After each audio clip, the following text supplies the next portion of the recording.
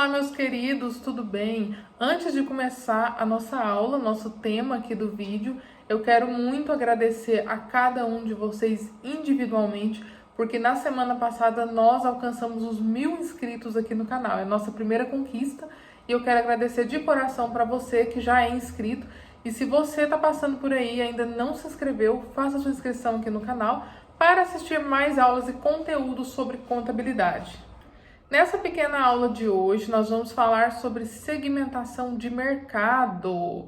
Esse é um tema que caiu na minha faculdade, eu tive que estudar segmentação de mercado na matéria de administração do relacionamento com o cliente e também na minha pós-graduação veio aí novamente a segmentação de mercado, né?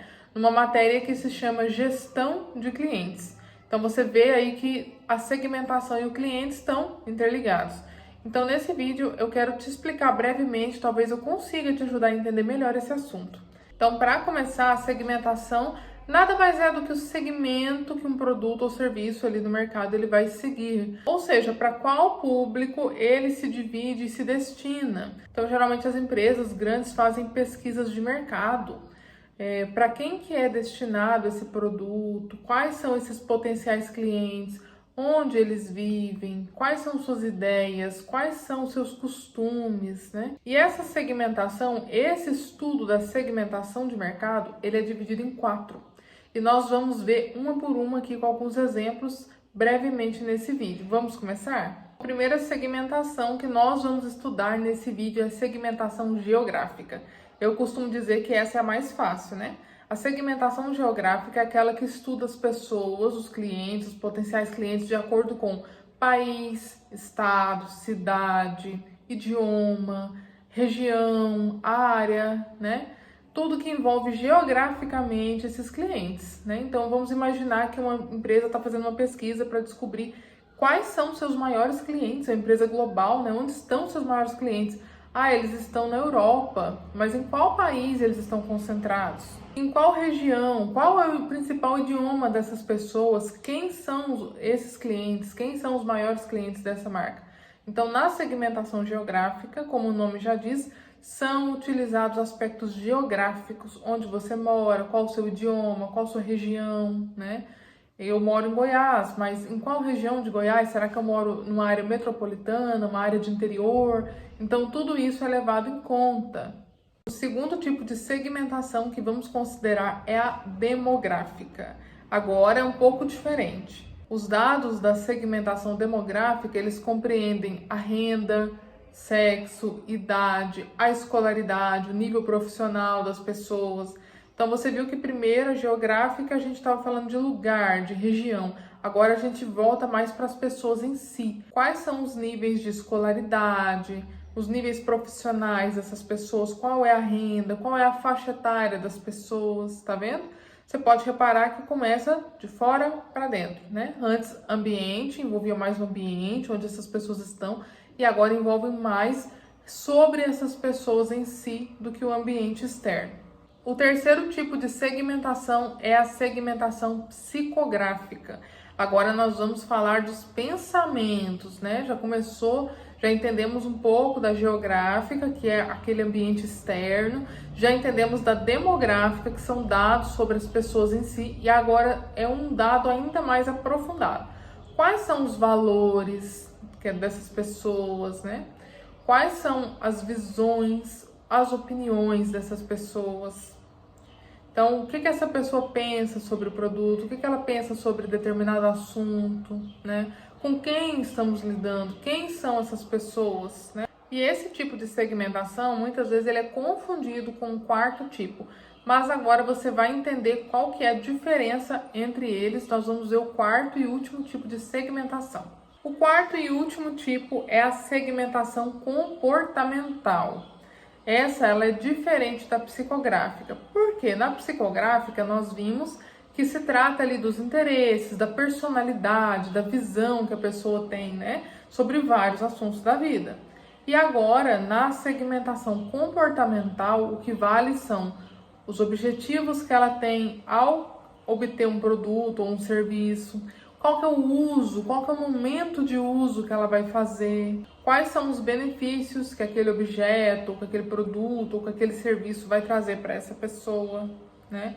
Então, tudo isso se relaciona à forma como essa pessoa ela está usando os serviços ou usando o produto de uma empresa. Vamos imaginar agora um novo exemplo para ficar um pouco mais fácil a segmentação comportamental. Imagina aí que uma empresa, uma gigante aí no mundo dos cosméticos, ela está desenvolvendo um novo protetor solar incrível. O protetor tem um fator de proteção excelente que ninguém nunca viu igual. Então vamos imaginar, vamos dar esse exemplo. Quais são as pessoas que poderiam fazer uso maior? Qual é o público-alvo? Será que é uma pessoa que vive em cidade grande, trancada no apartamento, que sai do apartamento para o escritório?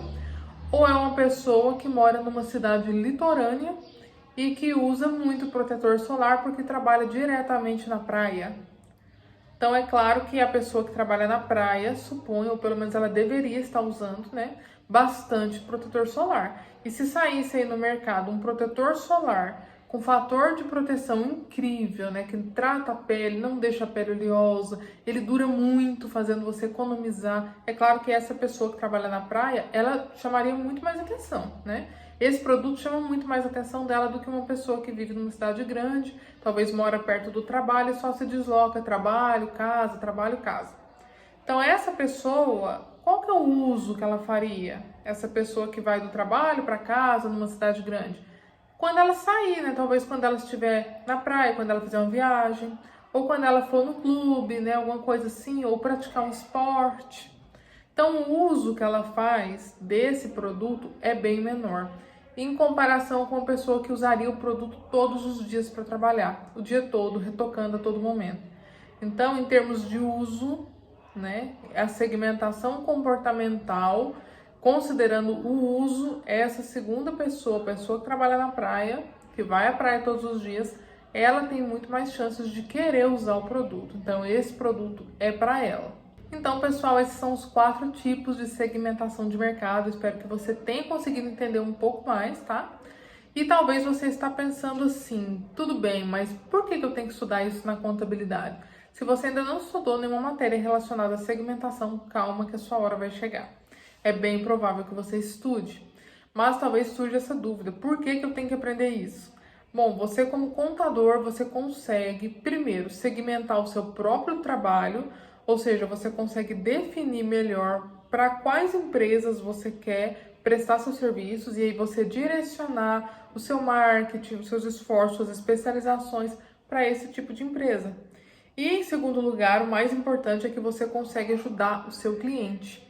Então, quando você entende bem de segmentação, você consegue direcionar o seu cliente.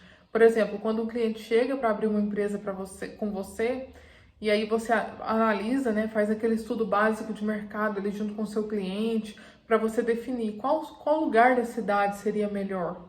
Muitas vezes o empresário troca essa ideia com a gente, né? Ele pergunta, será que eu alugo uma sala mais no cantinho da cidade? Será que ele mais no centro? Então, quando você ajuda ele a perceber o cliente ideal através dessa segmentação, você consequentemente ajuda ele a lucrar muito mais. Além disso, quando a empresa pensa em prestar um serviço novo, eu já presto determinado serviço, estou pensando em colocar tal coisa ali na minha empresa.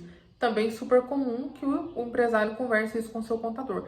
Você consegue, talvez, dar mais clareza, né? Será que isso vai atrair um público-alvo bom?